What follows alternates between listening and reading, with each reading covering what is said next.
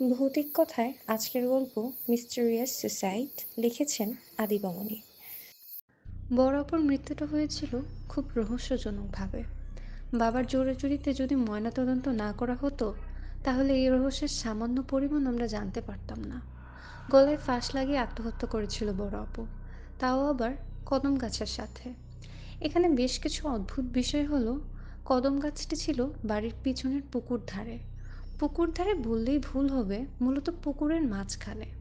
বর্ষায় পুকুরের পানি বাড়ার কারণে মনে হয় গাছটা পুকুরের মাঝখানে।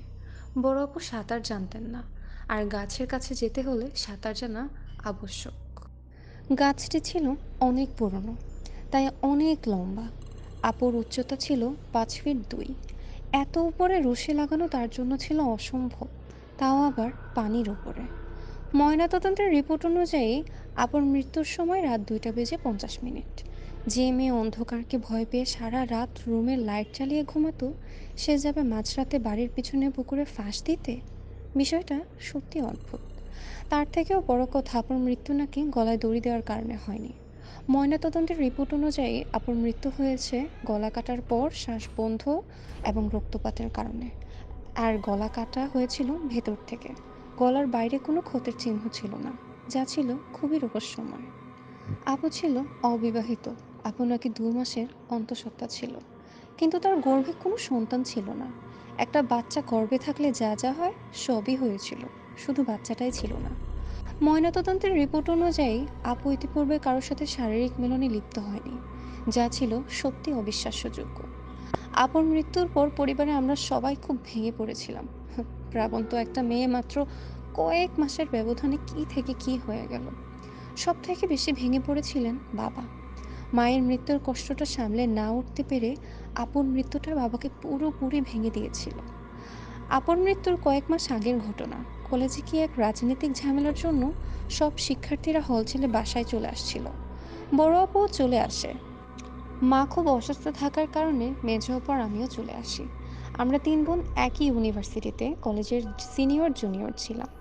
আমরা সবাই চলে আসায় বাড়িটা বেশ ভরা লাগছে। আমরা 3 বোন, বাবা মা দাদি আর বুড়ি দাদি। দাদির দেখাশোনা করার জন্য নির্ধারিত। ওনাকে আমরা জন্মের পর থেকেই দেখছি, আমাদের সাথেই আছেন। এখন উনি আমাদের পরিবারেরই একজন, তাই পারিবারিক কোনো বিষয়ে বেশ জোরালো ভূমিকা রাখেন। মার ক্যান্সারের লাস্ট স্টেজ চলছিল। ডক্টর বলেই দিয়েছেন সর্বোচ্চ 1 মাস। মন খারাপের মধ্য দিয়ে চলছিল সব। এক সন্ধ্যায় আমরা 3 বোন বসে কথা বলছিলাম, কিভাবে মাকে এই কয়েকটা দিন একটু ভালো রাখা যায়। এত ডাক্তার দেখিয়ে টাকা খরচ করেও কোনো লাভ হলো না। দেশের বাইরে নিয়ে যাওয়াও হয়েছিল মাকে। এরই মধ্যে হঠাৎ বুড়ি দাদির চেঁচামেচি। কত কইছি চিতিরে, গোছল কইরা কাপড় চুপড় বাইরে থুবি না, মাগরিবের আগে ঘরে তুলবি, সন্ধ্যা রাইতে হাবি যাবি কত কিচ্ছু উইরা যায়, নজর পড়লে বুঝবি আনে। বড় আপু তার কথাগুলি হেসে উড়িয়ে দিল। বুড়ি দাদি আরও রাগারাগি শুরু করে দিলেন। মাইয়া মাইনছের হগল কিছু নিয়া এত হেলা করতে নাই, বিশ্বাস তো করো না মাইয়া, জিনভূত বইল্লা কিছু তো আছেই। আনাবিয়াত মাইয়া ছাওয়ালের প্রতি বেশি নজর কাড়ে, কাপড় চোপড় গন্ধ নেয়, জাদুটোনা করে। আপু বেশি চেঁচামেচি করায় রেগে হন হন করে বেরিয়ে চলে গেল কাপড় তুলতে। বলে রাখা ভালো, আমাদের বাড়িটা একদম গ্রামে। আশেপাশে ঝোপঝাড়, দিনের বেলাও অন্ধকার লাগে। কাপড় শুকানোর আড়টা বাড়ির পিছনে সেই কদম গাছের সাথে, অর্থাৎ পুকুর ধারে। আপু কাপড় তুলতে গিয়ে রীতিমতো চিৎকার চেঁচামেচি করে বলছিল, আমি কোনো কুসংস্কার বিশ্বাস করি না, এসব কিচ্ছু হয় না, নজর বলে কিছুই নেই, কিসের আবার জিনভূত, এসব কোনো কিছুর বৈজ্ঞানিক ব্যাখ্যা নেই, অস্তিত্ব নেই, থাকলে যেন আমার সামনে আসে। বুড়ি দাদি এপাশ থেকে চিৎকার করে বলছিল, ওই মাইয়া তাড়াতাড়ি আয়, ওই জায়গা ভালো না, কিছু হইলে বুঝবি, মাগরিবের আজান পড়েছে হেই কখন। আপু আবার শুরু করলো, ধুর মাথা, এসব আজাইরা জিনভূত বলে কিচ্ছু নাই, থাকলে যেন আমার সামনে আসে, এসবে তুমি ভয় পেলে আমি ভয় পাই না। আপু রেগে হনহন করে চলে আসছিল কথা বলতে বলতে। হঠাৎ ঘরের কোণে এসে মাথা ঘুরে পড়ে গেল। আমরা রীতিমতো ভয় পেয়ে দৌড়ে গেলাম। বাবার মেঝো আপু বড় আপুকে ধরে রুমে নিয়ে আসলেন। অনেক সময় মাথায় পানি ঢালার পর আপুর সেন্স ফিরল। আমি জিজ্ঞেস করলাম, "আম, হঠাৎ পড়ে গেলে কিভাবে?" বুড়ি দাদি বলল, আমি কইছিলাম চুপ করতে, নাইলে সমস্যা হইব। দেখছস কি হইল? বড় আপু বলল, তুমি কি চুপ করবা একটু? আমার কিচ্ছু হয়নি। হঠাৎ মনে হলো আমার চারপাশটা খুব গরম বাতাসে ভরে গেছে। নিঃশ্বাস নিতে পারছিলাম না, তাই মাথা ঘুরে পড়ে গেছি। তোমার কথায় আমার মাথা গরম হয়ে গিয়েছিল, তাই এমন হয়েছে। বুড়ি দাদি বলল, হ, কইছে তোরে। বাবা ধমক দিয়ে সবাইকে থামিয়ে দিলাম। এবার চুপ করো তো সবাই, অনেক হয়েছে। বেশ সময় পর পরিবেশ ঠান্ডা হলো। রাতে খেয়ে সবাই শুয়ে পড়লাম। আমরা ৩ বোন একসাথে ঘুমাই, প্রায় রাত ১টা বাজে। না না না না না, ১২টা ৪৫ হবে সম্ভবত। বড় আপু বিছানায় উঠে বসলো, আমি তখনও ঘুমাইনি। এই এই শ্রাবণ, ওঠ না, আমার আমার কেমন যেন লাগছে। আমি উঠে বসলাম। মেঝো আপু মরার মতো ঘুমাচ্ছে। কেমন লাগছে আপু? পানি খাবি? এনে দিব? না না, খুব গরম লাগছে রে, শ্বাস নিতে পারছি না। ফ্যান তো চলছে, অনেক বাতাস। না না, ফ্যান না, ওই জানালাটা একটু খুলে দে না প্লিজ। আরে, ওটা তো পিছনের জানালা, ওটা খুললেই পুকুর আর কদম গাছ দেখা যায়। রাতের বেলা কি ভয়ঙ্কর লাগে জায়গাটা, আমার খুব ভয় লাগে। আমি পারবো না জানলা টানলা খুলতে। আপুকে বললাম অন্য জানালা খুলে দে, কিন্তু আপু ওই জানলাটাই খুলবে। খুব ঘামছিল আপু, মনে হচ্ছে ওই জানলা না খুললে আপুর শ্বাস বন্ধ হয়ে মরেই যাবে। কি আর করার, ধীরে ধীরে গিয়ে পেছনের জানলাটা খুলে দিলাম। আমি শুধু জানালার খিলটা খুলছিলাম। খিল খুলতেই মনে হলো খুব জোর খাটিয়ে জানালাটা আপনা আপনিই খুলে গেল, আর একটা ঝাপটা হিম শীতল বাতাস ঘরে প্রবেশ করলো। আমি কেমন যেন ভয় পেয়ে গেলাম, শরীর ঠান্ডা হয়ে গেছে আমার। পেছনে তাকিয়ে একটু অবাক হলাম, একদম লক্ষ্মী মেয়ের মতো ঘুমিয়ে গেছে আপু।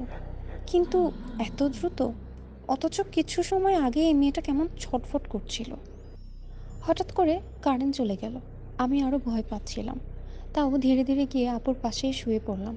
আমি আপুকে ধরে ঘুমাই, সেই ছোটবেলার অভ্যাস আমার, তাই আপুকে ধরে ঘুমাতে গেলাম। আর যেই আপুর শরীর স্পর্শ করছি, ভয়ে আমার আত্মাটা উড়ে গেল।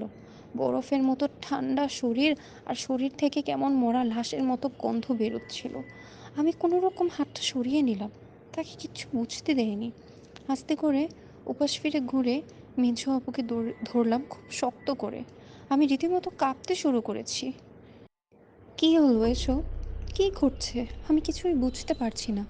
আমাকে আরও বেশি চমকে দিয়ে ওপাশ থেকে একটা পুরুষ নারী মিশ্রিত কণ্ঠে বলে, ভয় পেয়েছিস শ্রাবণ? আমার গলা দিয়ে কোনো কথা বেরোচ্ছে না। আমি তবুও আমতা আমতা করে বললাম, না না আপু।" কেমন বিচ্ছিরি একটা হাসির শব্দ শুনতে পেলাম আমি। তারপর আর কিছুই জানি না, হয়তো অচেতন হয়ে পড়েছিলাম। আমার ঘুম ভাঙলো পরদিন সকাল ৯টায় বা ৯টা ২৩-এ হবে হয়তো। ঘুম থেকে উঠে কিছু সময় স্বাভাবিক ছিলাম, তারপর মনে হলো কাল রাতে কী ঘটেছে আমার সাথে। দিনের বেলা তেমন ভয় হচ্ছিল না, কিন্তু বুঝে উঠতে পারছিলাম না। উল্টো রাগ হচ্ছিল মেঝো অপুর উপর। হবেই তো, কালকে রাতে এত কিছু ঘটে গেল আর সে মরার মতো ঘুমিয়েছিল। ভাবছিলাম বাসার সবাইকে এ বিষয়ে কিছু বলবো কিনা। নিজের মনে কী না কী ভেবে ঠিক করলাম, না থাক, দেখা যাক কী হয়। তখন প্রায় ভর দুপুর। রান্নাবান্না সব কিছু শেষ করে গোসল করে খাবো সবাই। বাবা নামাজ পড়ে এসে সবাইকে খাবার খেতে ডাকলেন। বুড়ি দাদি মাকে খাইয়ে দিচ্ছিলেন। মার অবস্থা ক্রমশ খারাপ হয়ে চলেছে। আমরা সবাই খাবার টেবিলে, শুধু বড় অপু ছাড়া। বাবা বললেন, কিরে, স্মৃতিকে দেখছি না যে? বুড়ি দাদি বলে উঠল, ওই মাইয়ার কি কোনো কাজ কাম আছে, সারা দিন খালি টই টই করে। বাবা বলল, আহ চুপ করো তো, তুমি এবার সারাক্ষণ ওর পিছনে কেন লেগে থাকো বলো তো? দেখ তোমার শ্রেয়া, ও কোথায় গেল, বল খেতে আসতে। মেঝো আপু চলে গেল বড় আপুকে ডাকতে। আমরা খেতে শুরু করেছি। মেঝো আপু সারা ঘর খুঁজে এসে বলল, আপু তো বাড়িতে নেই। বাবা তাকে বাড়ির পেছনে দেখতে বললেন। আপু তাই করলো। হঠাৎ মেঝো আপুর চিৎকার শুনতে পেলাম বাড়ির পিছন থেকে। আমরা খাওয়া দাওয়া ছেড়ে সবাই দৌড়ে গেলাম। গিয়ে দেখি মেঝো আপু বড় আপুর দিকে ভয়াল দৃষ্টিতে তাকিয়ে আছে, আর বড় আপু খিলখিল করে হাসছে আর হাতে তালি দিয়ে বলছে, ভীতু ভীতু। কি ভীতু রে তুই শ্রেয়া, একটুতেই ভয় পেয়ে যাস। বাবা বলে উঠল, কি হয়েছে এখানে, হ্যাঁ? কিছু না বাবা, এই একটু চমকে দিয়েছে শ্রেয়াকে। কি যে ভীতু ও। বাবা বললেন, তোরা যে কি করিস না, এমনিতেই মন মেজাজ ভালো নেই, তার উপর তোদের এই ছেলে মানুষই যায় না। চল বাড়ি চল, খাবি।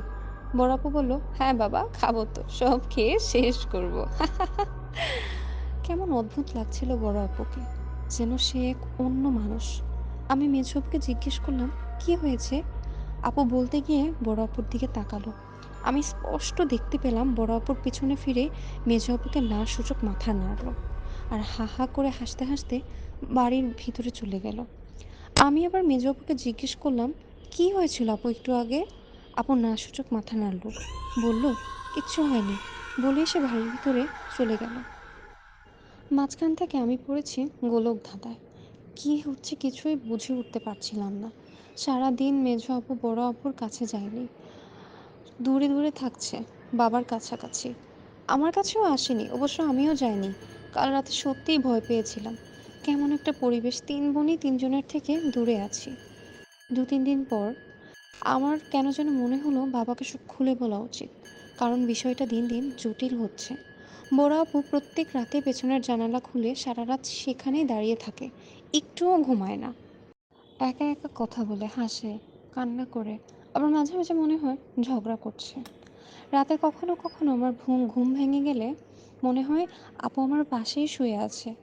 আমি যদিও মেঝো আপাকে ধরে ঘুমাতাম, তখন কিন্তু মনে হতো আমার ওপাশে বিশাল একটা বরফ খণ্ড।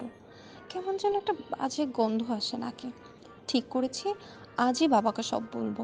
তাই এক কাপ চা হাতে নিয়ে বাবার কাছে বসলাম। বাবা, তোমাকে কিছু বলার ছিল। হ্যাঁ বল মা, কি বলবি? বড় আম, আমার কথা শেষ হতে না হতেই বুড়ি দাদির কান্নার আওয়াজ শুনতে পেলাম। ওরে বাবা রে, মাইরা হালাইতাছে রে, ও ছিতির বাপ, ও ছিতির বাপ, ওরে কই রে সবাই, আমি মরলাম রে, মরলাম। আমরা সবাই ছুটে গিয়ে দেখলাম বুড়ি দাদি মাটিতে পড়ে আছেন, শুকনো মরিচ সব মাটিতে ছড়ানো ছিটানো। সম্ভবত মরিচ শুকোতে গিয়ে মাচার উপর থেকে পড়ে গেছেন। বাবা আর আমি দাদিকে টেনে তুললাম। আমি দাদিকে বললাম, দাদি তুমি পড়লে কিভাবে? এইটুকু উঁচুতে মই দিয়ে উঠতে তো পড়ার কথা না, চোখ বন্ধ করে যে কোনো বাচ্চা উঠতে পারবে। আমি পড়ি নাই রে, আমি পড়ি নাই, ওই মাইয়া আমারে ধাক্কা দিছে। কে? বড় আপু? হ, আমারে কয় তুই আমারে খুব জ্বালাস বুড়ি, ওয়াও কইরে আমারে মাচার উপর থেকে ধাক্কা দিছে। বাবা খুব রেগে গেলেন, আর বাবা রেগে গেলে কোনো কথাই বলেন না, শুধু আমাকে বললেন দাদিকে মলম লাগিয়ে দিতে আর ব্যথার ওষুধ দিতে। আমি তাই করলাম। বড় আপু বারান্দায় দাঁড়িয়ে মুখ বাঁকা করে হাসছিল। আমি তার পাশ দিয়ে হেঁটে যেতে বলল, ভুল করেও বাবাকে কিচ্ছু বলতে চাস না শ্রাবণ, ফলে এর থেকেও খারাপ হবে। আমি বুড়ি দাদিকে মলম লাগিয়ে দিচ্ছিলাম, দাদিও আমার পাশে বসা ছিল। মেজো আপু এসে আমাদের কাছে বসলো, একটু আমতা আমতা করে সবার উদ্দেশ্যে বলল, মানুষ কি কখনো জীবন্ত সাপ খায়? আমরা সবাই অবাক হয়ে তার দিকে তাকালাম। অবাক হওয়ার মতোই কথা বলেছে সে। দাদি বলে উঠল, ছি ছি ছি, জীবন্ত সাপ? আরে না, পাগল নাকি তুই, মানুষ আবার জীবন্ত সাপ খায়? বুড়ি দাদি বলে উঠলেন, মাইনষে খায় হুইন নাই, তয় জিন পরি খায়, সাপ খায়, পোকা খায়, পরজাতি খায়, হুঞ্চি গরুর লাদাও খায়। আমি তার কথায় একটু মুচকি হাসলাম, বললাম, তুমি এত কিছু জানো কিভাবে গো? বেশ জানাশোনা তুমি দেখছি এই বিষয়ে। তা জানমু না, আমার বাপের তো পোষা জিন আছিল, আর আমরা হে কোন কালের মানুষ মেলা কিছু দেখছি আগে, আমার দাদিরা গপ্প করছে কত। মেঝো আপু তাকে থামিয়ে দিয়ে বলল, "আম, তার মানে যে জীবন্ত সাপ খায় সে মানুষ না?" মেঝো আপার কথার ধরন এমন ছিল যেন সে কাউকে জীবন্ত সাপ খেতে দেখেছে। আমি যেখানে তার কথা না বলে মেঝো আপুকে ইশারা করলাম একটু দূরে আসতে। তারপর আমি সেখান থেকে উঠে এসে বারান্দায় ঘরটার অপেক্ষা করলাম। বারান্দার এই ঘরটা সবসময় বন্ধ থাকে, পুরনো জিনিসপত্র এই ঘরেই থাকে, খুবই নোংরা আর পোকামাকড়ে ভরা থাকে এই সব সময়। রুমে ঢুকে প্রথমে কিছু না খেয়াল করলেও একটু পরে আমি লক্ষ্য করলাম এই ঘরে কোনো টিকটিকি নেই, না আছে কোনো তেলাপোকা, না আছে কোনো পোকামাকড়। মাকড়সা জালের ঘর ভর্তি, কোনো মাকড়সা নেই। বিষয়টা খুব অদ্ভুত লাগলো আমার কাছে। আমি মুহূর্তে বুড়ি দাদির কথাগুলো মনে পড়লো বুড়ি দাদির সেই কথাগুলি, মানছে খায় তা হুন নাই, তয় জিন পরি খায়, সাপ খায়, পোকা খায়, প্রজাতি খায়। কেমন যেন একটু ভয় হতে লাগলো আমার। এরপর মেঝো আপু এলো। আমি তার হাত ডান দিকে ঘরের ভিতরে এনে দরজা বন্ধ করে দিলাম। সরাসরি জিজ্ঞেস করলাম, তুই বড় আপুকে সাপ খেতে দেখেছিস, তাই না? মেজো আপু আমার কথা শুনে ছিটকে উঠল। সে যেন ভূত দেখেছে। তুই জানলি কিভাবে? মেজো আপু ইতিমধ্যে ঘামা শুরু করে দিয়েছে। আমি বললাম, আমি তোর কথার ধরন শুনেই বুঝেছি।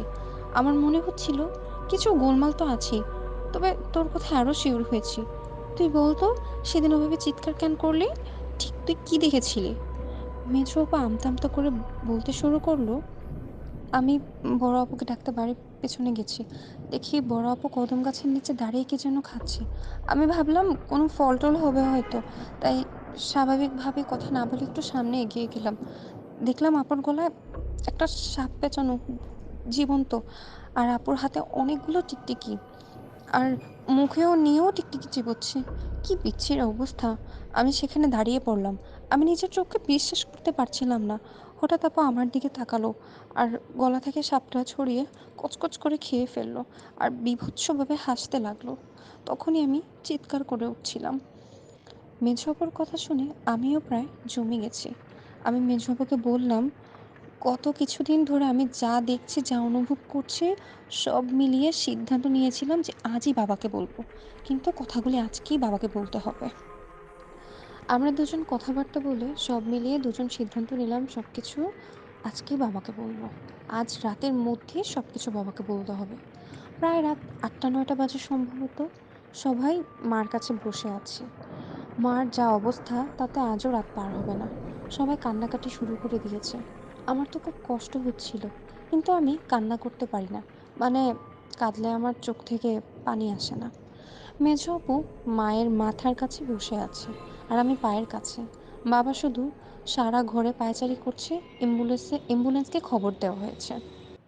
হঠাৎ মেজো অপুর দিকে চোখ পড়তে আপু ইশারা করে দিল বড় অপুর দিকে তাকাতে। তাকিয়ে দেখি সিলিং ফ্যানের দিকে তাকিয়ে আছে। হঠাৎ চোখ বড় বড় করে দিল। সেখানে একটা টিকটিকি। বড় অপুকে দেখে মনে হচ্ছিল এখনই ঝাঁপ দিয়ে টিকটিকির উপর পড়বে আর ছিঁড়ে খাবে সেটাকে। হঠাৎ টিকটিকিটা বাইরে চলে গেল আর বড় আপুও তার পেছন পেছন গেল। আমি আর কিচ্ছু ভাবতে পারছিলাম না। এই পরিবেশেও বাবাকে কিভাবে বলি এসব। এর মধ্যে মা পানি খেতে চাইলে মেঝো আপু রান্নাঘরে গেল পানি আনতে। কিছু সময় পর ফিরে এলো পানি হাতে। কিন্তু মেঝো আপুকে খুবই অদ্ভুত লাগছিল দেখে। শরীর ঘেমে একাকার, চোখগুলো বড় বড়, মনে হচ্ছে খুব ভয়ানক কিছু দেখেছে। কিন্তু এই পরিবেশে আর আপুর দিকে খেয়াল করার সময় নেই। মার অবস্থা খুবই খারাপ। শুধু ইশারায় জিজ্ঞেস করলাম, কি হয়েছে? আপু ফিসফিস করে জবাব দিল, রক্ত, অনেক রক্ত। আমি দৌড়ে গেলাম রান্নাঘরে। গিয়ে যা দেখলাম তা দেখার জন্য মোটেও প্রস্তুত ছিলাম না। পুরো রান্নাঘর জুড়ে কার যেন রক্তমাখা পায়ের ছাপ, আর সারা ঘর জুড়ে এখানে ইঁদুর খণ্ডিত শরীর, ওখানে তেলাপোকা মরা আর টিকটিকির ছড়াছড়ি। আমার মাথাটা কেমন যেন করছে, কেমন যেন ঘুরছে। শুধু মনে হলো আমি ধীরে ধীরে মাটিতে শুয়ে পড়ছি। তারপর প্রায় অনেক সময় সেভাবে মাটিতে পড়া অবস্থায় রইলাম। না, আমি সেন্সলেস হইনি। আমি সবই বুঝতে পারছিলাম, শুনতে পারছিলাম, শুধু উঠতে আর নড়াচড়া করতে পারছিলাম না। হঠাৎ মনে হলো একটা ঠান্ডা হাত আমার আমার কাঁধের উপর রাখলো।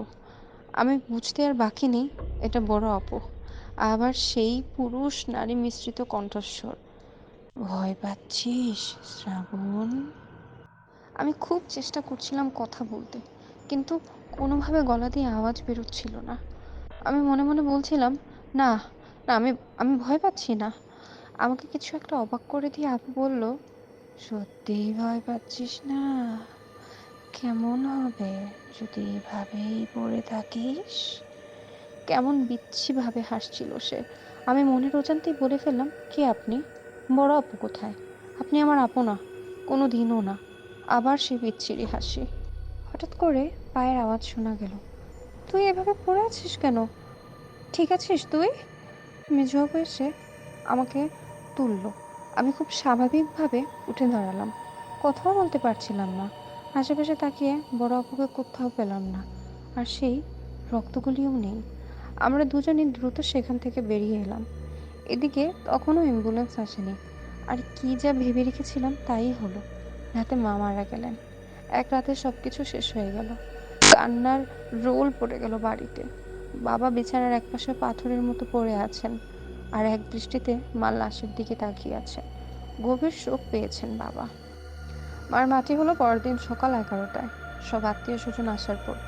জীবনের প্রথম বুঝতে পেরেছিল এতিম হলে কেমন লাগে। মা ছাড়া পুরো বাড়িটাই কেমন খালি হয়ে গেছিল। সে ব্যথা বলে বোঝানোর মতো না।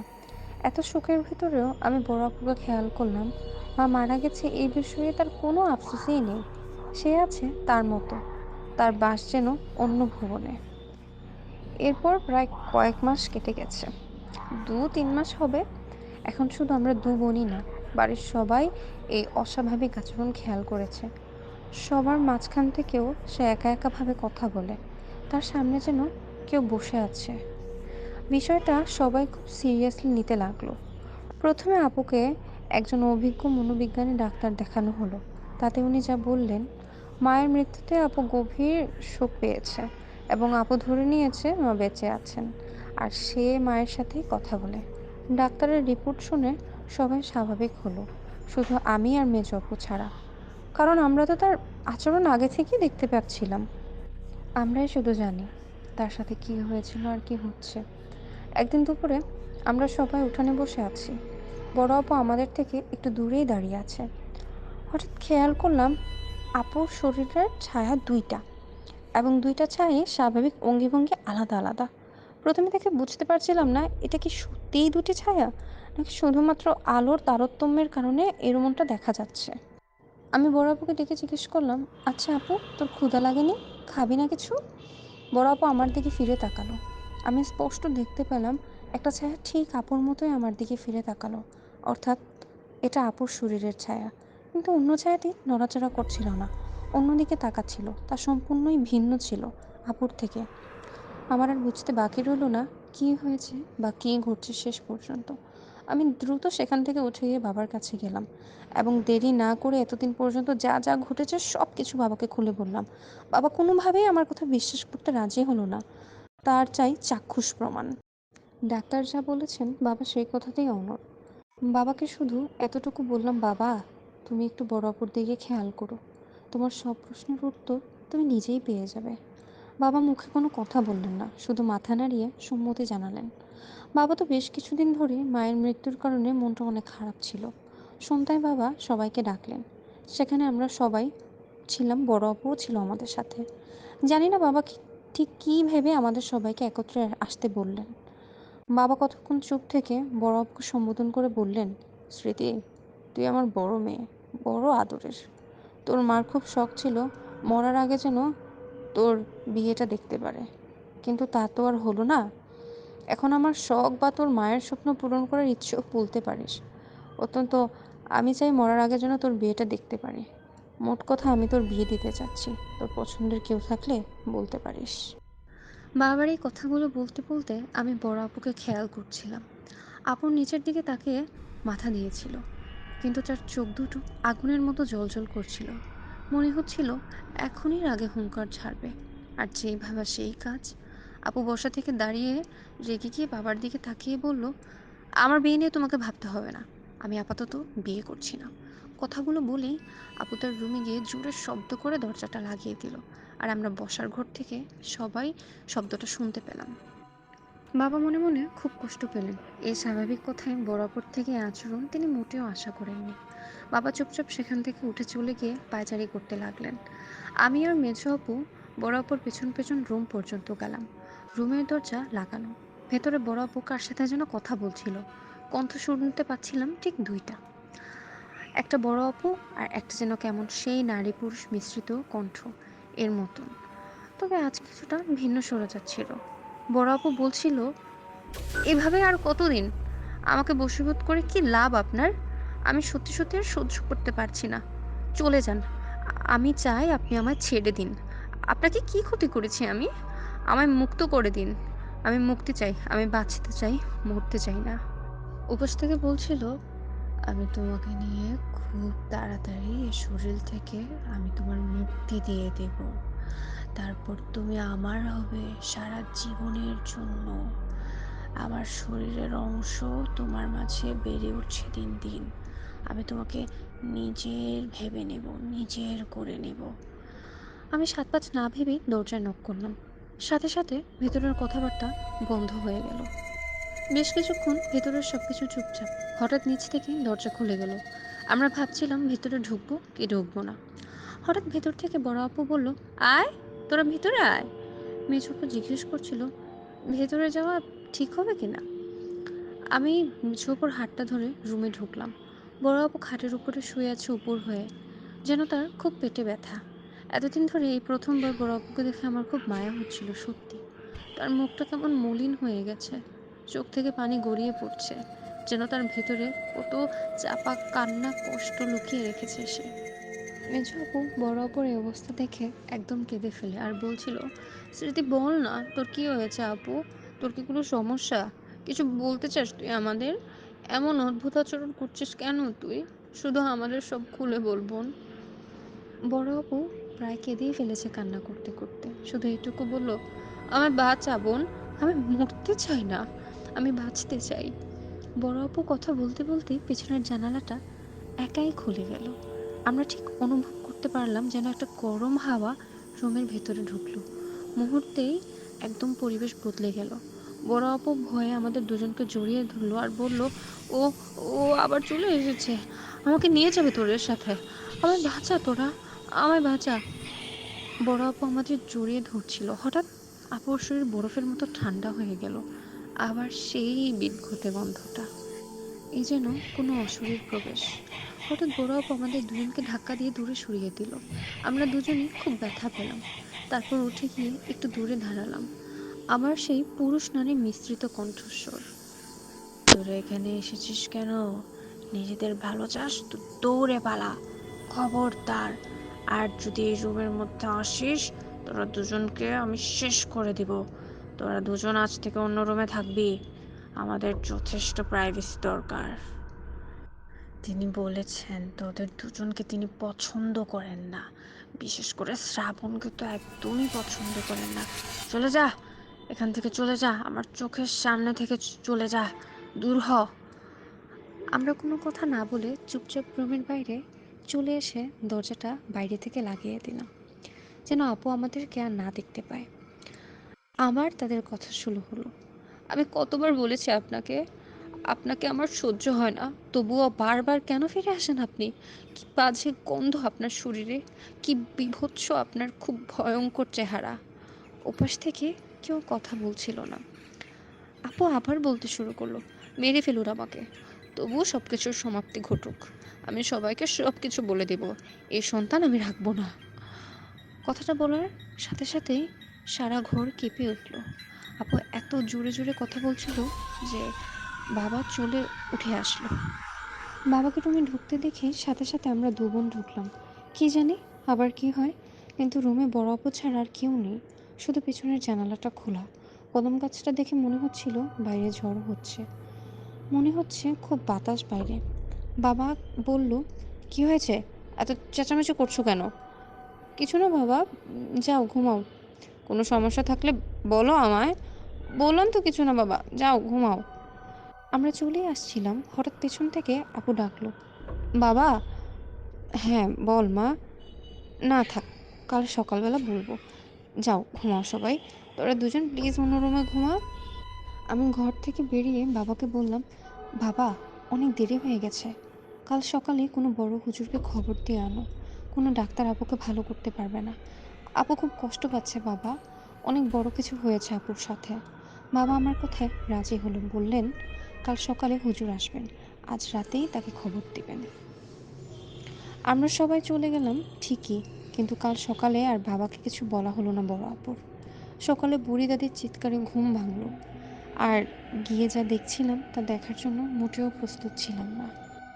বড় আপুর লাশটা কদম গাছের সাথে ঝুলছে, জিহ্বাটা বের করা, নাক দিয়ে রক্ত ঝরছিল, চোখ খোলা ছিল তখনও, চোখগুলো কি বড় বড় করে তাকিয়ে আছে, যেন খুব বীভৎস কিছু দেখেছে সে। পুলিশকে খবর দেওয়ার পরই তার লাশটা নামিয়েছিল, আর তার জামা কাপড়ের ভিতরে অনেকগুলো মরা টিকটিকি আর তেলাপোকা ছিল। এলাকার কেউ তার কবরস্থানে আপুকে কবর দিতে দেয়নি, তাই বাধ্য হয়ে আপুকে বাড়ির পেছনে একটা জায়গায় কবর দেওয়া হয়। কি জানি কি বলতে চেয়েছিল আপু।